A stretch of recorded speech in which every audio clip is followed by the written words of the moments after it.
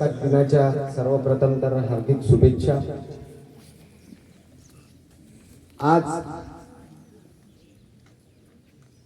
जे सर्वप्रथम तर मला जे तुमची स्काउट गाईड आणि कवायत झाली त्यासाठी मी ग्रँड सल्यूट देतो। जबरदस्त एकदम म्हणजे अंगावर काटा आणणारी होती। आणि मी जिथे त्या ठिकाणी उभा होता तोपर्यंत माझ्या अंगावर काटा आलेला होता, अक्षरशः म्हणजे पूर्ण केस हातावरची उभी होते। या प्रकारची स्काउट गाईड तुम्ही केली, कवायत केली आणि यासाठी सर्व महत्त्वाचं लागतं डिसिप्लिन। आणि डिसिप्लिन यामधून दिसून आली आणि पूर्ण शिक्षक वृंदांचंही मी अभिनंदन करू इच्छितो की इतक्या छान पद्धतीने त्यांच्यावर जे तुम्ही शिस्त दिली, त्यांना डिसिप्लिन दिलं, त्याबद्दल मी खरंच मनापासून तुमचे अभिनंदन करतो। आणि डिसिप्लिन जिथं आला तर आता लाईफ मध्ये सक्सेसफुल व्हायचं असेल तर डी तुमच्याकडे आहे, D1, आता D2 आणि D3 राहिलं। हे जर D3 तिन्ही डी तुमच्याकडे असले तर सक्सेस तुमची कोणी रोखू शकत नाही।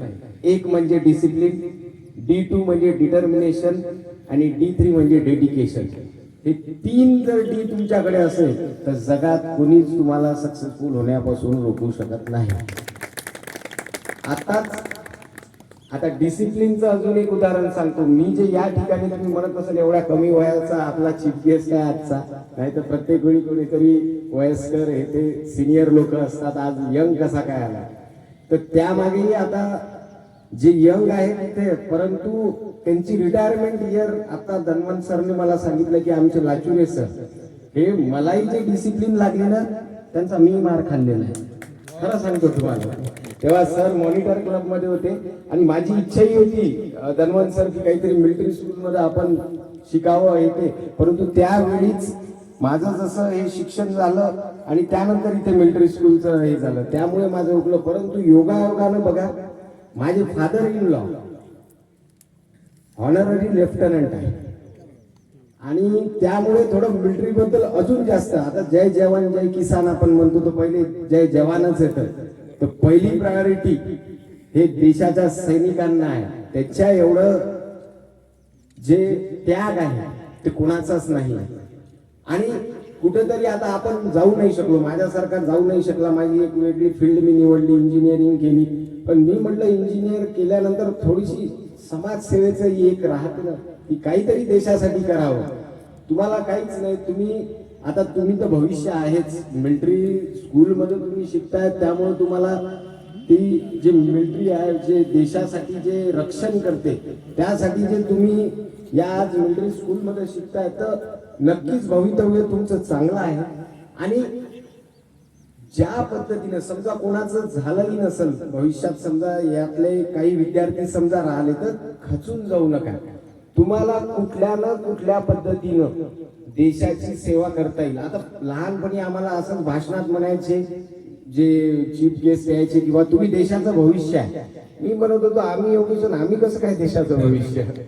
पण आता जेव्हा मोठं झाल्यावर लक्षात आलं की खरंच आता तुम्ही येणारे भविष्य आहे, हे मी तुम्हाला आता सांगतोय। नंतर तुम्ही माझ्या वयाची जेव्हा असाल तेव्हा तुमच्या लक्षात येईल की खरंच आपण देशाचं भविष्य आणि आपण आता आम्ही वर्तमान मध्ये आहे आणि थोडंफार आपल्याकडून आपण आपलं डेली लाईफ जगतो, परंतु कुठेतरी एक समर्पणाची भावना पाहिजे। तुम्ही थोडीशीही मदत केली म्हणजे आता जसं सरांनी सांगितलं, देशमुख सरांनी काल मला कॉल आला होता की इन्व्हिटेशन द्यायचं आहे। एक प्रेग्नेन्सीची लेडी होती आणि त्या बाईला अत्यंत ब्लड तिचं कमी होतं, तर म्हणे 4 वर रक्त आलेलं आहे आणि तिला अजून पाहिजे, सीझरही होऊ शकते, डिलिव्हरी कशी होईल काय होईल। आणि वाईगवळ जवळचा एक खेड आहे आपल्याच दिग्रजच्या बाजूला, तर तिथून मला कॉल आला, मला म्हणे अर्जंट ब्लड पाहिजे, इथे कोणी रिस्पॉन्स देऊन नाही राहिलं म्हणे सरकारी दवाखान्यामध्ये। मी म्हटलं ठीक आहे, मी कॉल वगैरे लागवून बघितले, परंतु 26 जानेवारी असल्यामुळे 25 जानेवारीची जी गडबड असते दुसऱ्या दिवशी आपल्याला 26 जानेवारीमुळे, त्यामुळे स्टाफ तिथे नव्हता आणि स्टाफ नसल्यामुळे थोडा प्रॉब्लेम झाला, नाही तर ब्लडची व्यवस्था मी करून दिली असती फोनवर. तर शेवटी मला जावं लागलं तिथे, आणि तिथे गेल्यानंतर तिच्या 1-2 मित्रांनी ब्लड डोनेट केलं. आणि अजून तिची म्हणजे आज 3-4 वाजेपर्यंत डिलिव्हरी होऊ शकते आणि तब्येत अजून ठीक आहे. अजून लागलं तर मला अजून जावं लागेल. तर कुठेतरी एक काहीतरी डेडिकेशन ठेवायचं, आपलं काहीतरी समर्पण करायचं आहे बा. आता मी सर्प मित्र आहोत तुम्हाला सांगतो, मग ट्रेनिंग नाही घेतली कुठून, पण लोकांचा जीव धोक्यात दिसला, आपला जीव तिथं धोक्यात टाकून द्यायचा त्यांना वाचवण्यासाठी. हे कुठेतरी देशभक्ती झाली आपल्यासाठी. ठीक आहे, काहीतरी आपल्या नागरिकांसाठी करत आहे, ते अडचणीत आहे तर मी कसा स्वस्थ बसू. तसंच कोविड काळामध्ये माझ्यासोबत झालं. कोविड मध्ये सगळे घरात, त्यावेळी लॉकडाऊन असल्यामुळे बाहेर निघता नव्हते येत, काही नाही. परंतु आमच्या डोक्यात विचार आला की मग रस्त्यावर जे भिकारी असतात, गोरगरीब लोक असतात, जे म्हणजे मागून खातात, मी म्हटलं जेव्हा सगळंच बंद झालेलं तर यांचं कसं होईल. तर त्यावेळी आम्ही एक पोळी माणुसकीची एक उपक्रम राबवला. त्यामुळे आपल्या घरात जे आपण जेवण बनवतो तो एक पोळी जास्तीची बनवा, की जे कोणी उपाशी आहे त्यांना आपण देऊ शकेल बा आपल्यात. तर मग आम्ही असे डब्बे जमा करणं चालू झाले. तर धनवंत सर, तुम्ही बिलीव्ह नाही करसाल, 2000 लोकांचा रोज डब्बा आमच्या जवळ जमा होत होते. 2000 लोकांचे. आम्ही दिग्रस मध्ये वाटप होतो. आमच्याकडे पूर्ण लोक म्हणजे घरात होते ना, आम्हाला सगळे म्हणत होते तुम्ही कोविड मध्ये बाहेर कसे फिरता. मी म्हटलं हे आहे लोकांना खाऊ घालण्यासाठी, आम्हाला कार्ड भेटले, म्हटलं आय कार्ड, आणि आम्ही फिरत होतो. आणि कुठेतरी कोविड सारख्या काळामध्ये एक अशी घटना घडली की त्यामध्ये एक वृद्ध महिला होती, आणि ते वृद्ध महिलेच्या तिथं असं सांगून दिलं होतं की हे जाणार बा म्हणून. डॉक्टरनं सांगितलं हिचा कोविड पॉझिटिव्ह आहे म्हणे. तर आम्ही तेव्हा ऑक्सिजन कॉन्सन्ट्रेशन मशीन बस घेऊन गेलो घरी. मी म्हटलं लावून तर बघा. ते नाही, डॉक्टरनं सांगून दिलं की हे चालली म्हणून बाई, म्हणजे हिचं ऑक्सिजन खूप कमी आलेलं आहे, 50-60 वरच झालेलं आहे. मी म्हटलं लावून तर बघा. ते ऑक्सिजन कॉन्सन्ट्रेशन मशीन लावून दिली. ती बाई एकदम म्हणजे कोम्यात गेल्यासारखीच होती, म्हणजे तिचं एकदम श्वास पण येत नव्हता. पण आम्ही मशीन लावून दिली.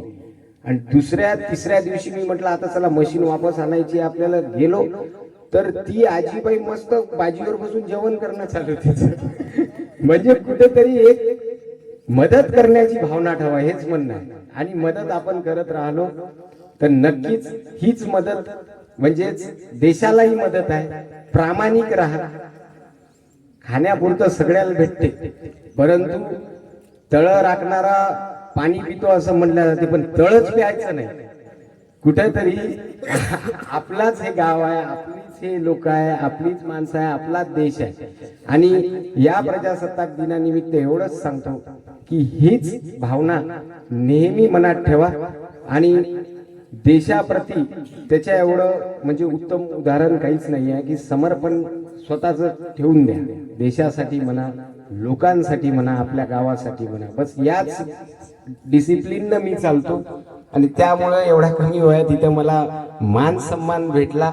त्यासाठी मी सर्व ईश्वर देशमुख मिलिटरी स्कूलचे मनापासून धन्यवाद मानतो आणि माझे 2 शब्द थांबवतो. जय हिंद.